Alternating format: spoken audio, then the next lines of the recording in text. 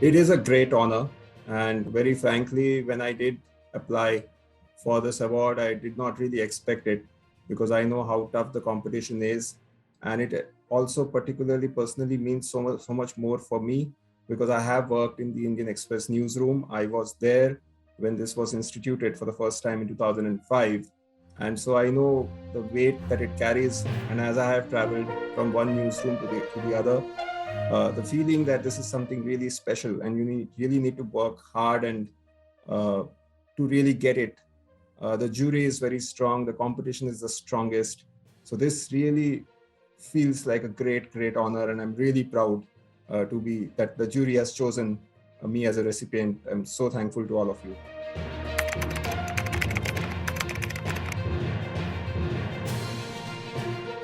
It is especially particularly that I've been covering the automotive sector for almost 15 years now. In fact, I started covering it when I was in Indian Express. That was my first break into this sector.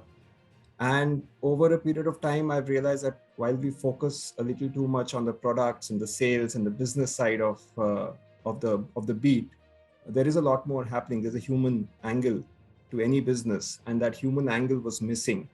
So the first idea that came into my mind was due to an accident that had happened at one of the ancillary factories in Gurgaon. This was back in 2015, where one migrant worker, Ramji Lal, from Unnao, he tragically lost his life because one of those robotic arms, it's literally went through him and he couldn't survive. He couldn't even reach the hospital. And there was a lot of furor at that point in time because people wanted to know what is going wrong and whether robots and humans can work together or not. But beyond that, what triggered me was that this is not a one-off case. Uh, Accidents do happen in any factory or any occupation, but there was something which was lacking. It was a case of bad administration, bad management, and this was a tier two company, not the tier one, not the Marutis or Hyundais, because they are pretty proactive as far as safety is concerned. But the other part of the business, the smaller companies, those who supply parts to the cars and bikes that we drive, that is where uh, these compliances are lacking. And that is where workers get a stepmotherly treatment. So I started digging deeper. It took me a lot of time because in the beat, as you cover, you get caught up with so much other development news that comes up. So I kept it going, kept starting to meet people, victims of them. I realized that a lot of them, they do not necessarily lose their life, but they lose their limbs. So they will lose their fingers, they will lose their arms, and effectively they will become unemployable. And these are people who don't really get paid much as well, and there's no social security network for them. And it really hit me that this is really a tragedy that surrounds the automotive sector, which is a very vibrant, big sector. And we talk about the glamour part of it, the products, the cars, the SUVs, the two-wheelers and three-wheelers and four-wheelers. But this piece was missing. And so I started working on it. And over a period of time, meeting so many people, I realized that there are thousands of people who lose their limbs and arms and fingers, and it's a huge tragedy. So that was really the trigger point. I needed to get into this because this is also an aspect which needs to be focused.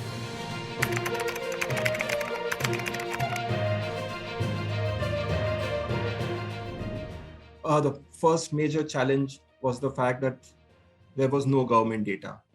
There was no way to find out. And when you go to any of the companies and ask them that give us details of the people who have met with accidents, they would simply close down and they will say, oh, we don't keep track and we can't give you that information. So that was the first big hurdle, getting to the people who have met with tragedies. And they are migrants, so they move away. If they were employed in Gurgaon or Manesar or Faridabad, they will go back to their villages. And so it's very difficult to keep track of them. But then when I spent more time on the ground, then I came to know of new fresh accidents that were happening. So people who have just suffered and they are stuck there. And that was what my first point of starting to report. But getting cooperation from industry was very tough. And the government also was in a way very irreverent to this whole thing. So I did not really get too much support from bureaucrats or government as well. They all wanted to just in a way push it down the carpet and say that, oh, these things happen.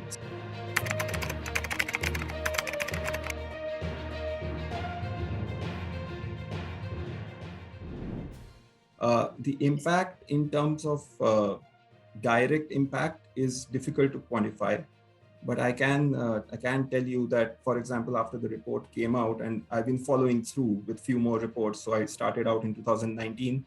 I did a similar report in 2020. I got a good enough helping hand from Safe in India Foundation, who collated a lot of information, and they took some bits from us as well, from me as well. But now, you have working groups being formed by central government and the Haryana state government who look into specific cases of these accidents. There's also a point of, there's one machine, it's called the power press machine. Now that accounts for almost 70% of the accidents that happen. So now there is work going on that there will be a Bureau of Indian Standards certification for these machines so that they are safer. And also at the same time, the machines might be working all well, but there are safety and sensors that malfunction. So there's a malfunctioning machine on the shop floor going on for maybe weeks and months, and it doesn't malfunction because it's there, but it is not creating a havoc. But the sensors are not doing their job. So now there is greater awareness. Now there's a little more debate about this. And most importantly, when I was writing my report, I was very clear that we need to name and shame a few companies because that's only where the real impact will happen.